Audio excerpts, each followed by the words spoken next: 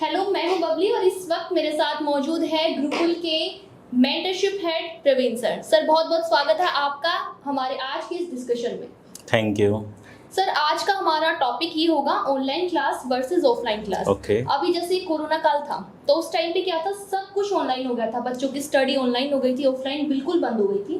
तो उस बीच क्या हुआ, कोचिंग सेंटर्स बंद थे, बच्चों की क्लासेस ऑनलाइन हो रहे थे। तो बच्चों को जो है अब ऑनलाइन क्लासेस ज़्यादा अच्छी लगती है ऑफलाइन क्लासेस के अकॉर्डिंग।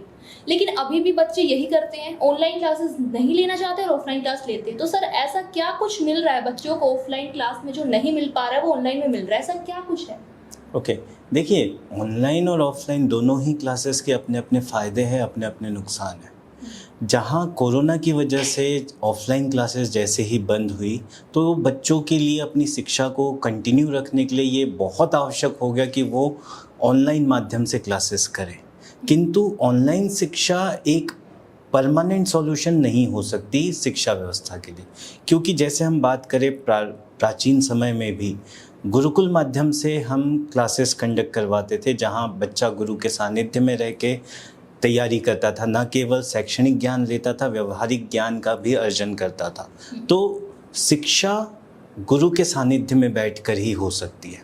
तो बेशक कोरोना की वजह से ये अनिवार्यता हो गई थी कि ऑनलाइन हो, बट भविष्य में ऑफलाइन क्लासेस का ही ज़्यादा बेहतर तरीके से शिक्षा व्यवस्था हो सकती है। तो मेरा ये मानना है कि ऑफलाइन क्लासेस है उसका अपना फ़ायदा है, ऑनलाइन क्लासेस का अपना एक फ़ायदा है।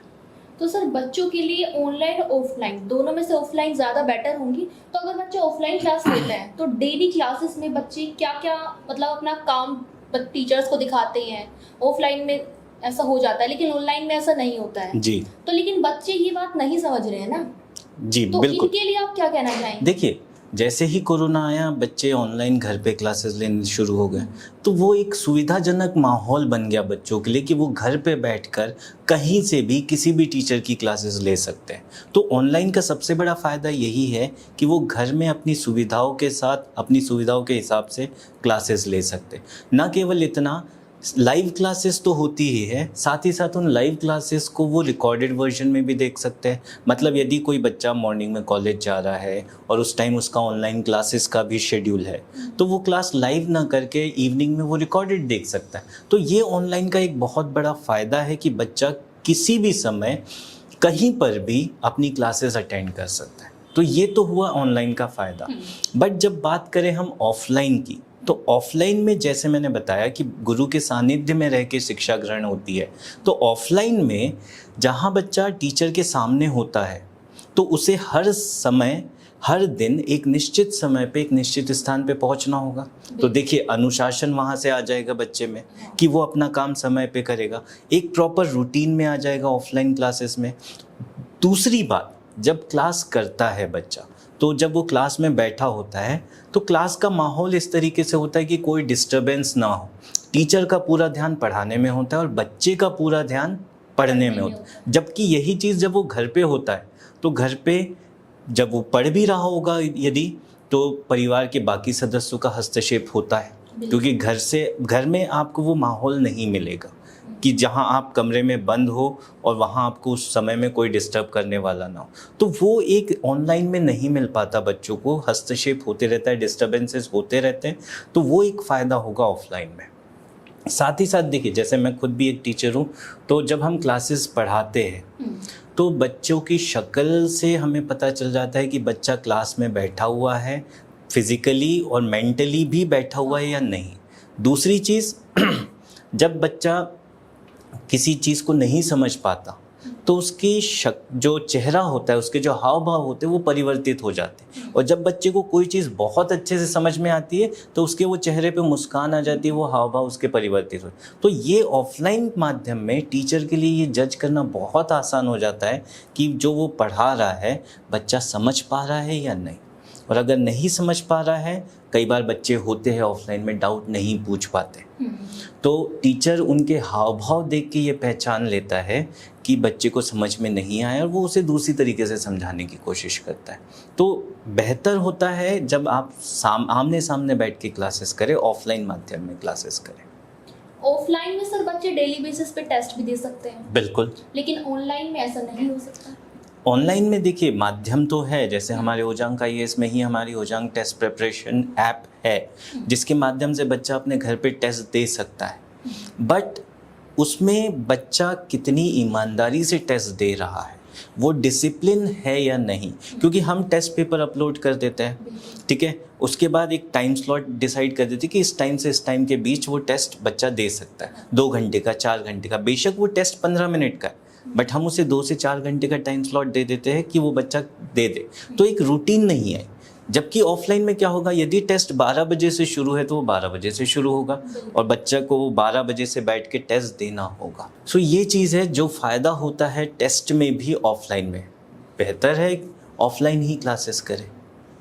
सर ऑनलाइन क्लासेस में बच्चे अपना काम जो करते हैं, जो भी बच्चे ने ऑनलाइन क्लास में सीखा, जो भी लेक्चर लिया, बच्चा वो कर रहा है काम, लेकिन बच्चे को उसमें डाउट है तो वो हो सकता है दोबारा से उसको सुने, लेक्चर को देखे, बिल्कुल। लेकिन अगर फिर भी नहीं हो रहा है तो बच्चे क्या करें, क्योंकि अगर ऑफलाइन होता है तो बच्चे डायरेक्ट टीचर से पूछ सकते हैं, बिल्कुल, लेकिन ऑफलाइन में तो ऐसा सीन नहीं है। और ये सबसे बड़ी दिक्कत होती है बच्चों की कि बच्चे जब ऑनलाइन क्लासेस लेते हैं तो देखिए ऑनलाइन क्लासेस 1 वे कम्युनिकेशन होता है, जहाँ टीचर पढ़ाता है, बच्चे पढ़ते हैं।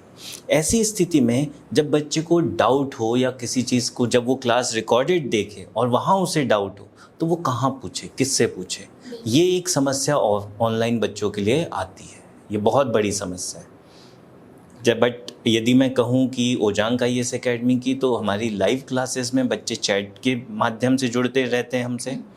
उसके बाद भी हमने एक और सिस्टम प्रोवाइड कर रखा है जिसके बारे में मैं आप लोगों को बताना चाहूँगा कि ओजांग टेस्ट प्रिपरेशन ऐप जो है हमारी OTP ऐप, उसमें एक डाउट फोरम है। उस डाउट फोरम में यदि बच्चे को घर पे पढ़ते टाइम भी किसी भी तरह का डाउट होता है तो वो अपने घर से बैठ के हमें मैसेज टाइप करके अपना डाउट पूछ सकता है, और ये ऐप वो 24/7 एक्सेस कर सकता है। हमारे मेंटर्स की टीम, हमारे टीचर्स की टीम वो डाउट फोरम के जितने डाउट्स हैं उसे रेगुलर बेसिस पे सॉल्व करते रहती है। कई बार हम ऑडियो क्लिप के थ्रू उन्हें उनके डाउट्स क्लियर करते हैं, कुछ वीडियोज़ अगर हमारे पास प्री रिकॉर्डेड वीडियोज़ होते हैं हम वो लिंक शेयर करते हैं, या फिर किसी रेफरेंस बुक का जो पेज होता है हम उसे शेयर कर देते हैं। तो वो हम सुविधा और बच्चों को देते हैं, चाहे वो ऑनलाइन माध्यम से क्यों ना जुड़े हो, और ये सुविधा ऑफलाइन वाले बच्चों के लिए भी अवेलेबल है। सर अब जैसे न्यू जनरेशन है ऑनलाइन क्लास की तरफ भागे जा रही है जी, क्योंकि उन्हें क्या है, एक रूम में जाते हैं, अपना लैपटॉप, फोन लेते हैं, मोबाइल लेते हैं और लग जाते हैं लेक्चर सुनने। इस बीच क्या होता है, पेरेंट्स को तो लगता है कि हमारा बच्चा पढ़ रहा है, लेक्चर सुन रहा है, अपने डाउट्स क्लियर कर रहा है, लेकिन उस बीच वो बच्चा ही जानता है कि वो एग्जैक्टली लेक्चर सुन के अपने डाउट्स क्लियर कर रहा है या फिर बैकग्राउंड में कुछ और भी चला रहा है, म्यूजिक सुन रहा है या फिर चैटिंग कर रहा है। तो बच्चे जो है न्यू जनरेशन भी ऑनलाइन क्लास की तरफ भागी जा रही है, तो उनको हम ऑफलाइन का महत्व कैसे समझाएं? देखिए मैं यही कहना चाहूँगा कि एक डिसिप्लिन लाइफ में होना बहुत ज़रूरी है। यदि किसी भी बच्चे को, जो भी सुन रहे हैं, यदि आपको सफलता पानी है तो आपको अपने जीवन में अनुशासन को लाना ही होगा, ठीक है, और वह अनुशासन आपकी जीवन में ऑफलाइन क्लासेस ही लेकर आएगी, ठीक है। हाँ, बट आप ये जो जेन ज़ी जिसे हम कहते हैं, ये हमेशा मोबाइल और इस नेटवर्किंग से जुड़ी रहना चाहती है, ठीक है। ऐसी स्थिति में आप अपना जो करियर गोल है उसे प्राप्त तो कर सकते हैं ऑनलाइन माध्यम से, ठीक है, बट उसे बेहतर तरीके से यदि आप प्राप्त कर सकते हैं तो उसका तरीका ऑफलाइन है। तो मैं यही कहूँगा कि ऑनलाइन अच्छी सुविधा है, आपकी शिक्षा को सुविधाजनक बना दिया है, आपके घरों तक शिक्षा को पहुँचा दिया है, ठीक है, किंतु सही शिक्षा, समग्र शिक्षा यदि किसी प्रकार से हो सकती है तो वो गुरु के सानिध्य में, वो गुरुकुल माध्यम से ही हो सकती है। सर बहुत बहुत शुक्रिया आपका, हमारे आज के इस डिस्कशन से बच्चों को बहुत कुछ सीखने को मिलेगा। उम्मीद करता हूँ कि बच्चे समझे इस चीज़ को और अपने भविष्य के लिए एक बेहतर निर्णय लें।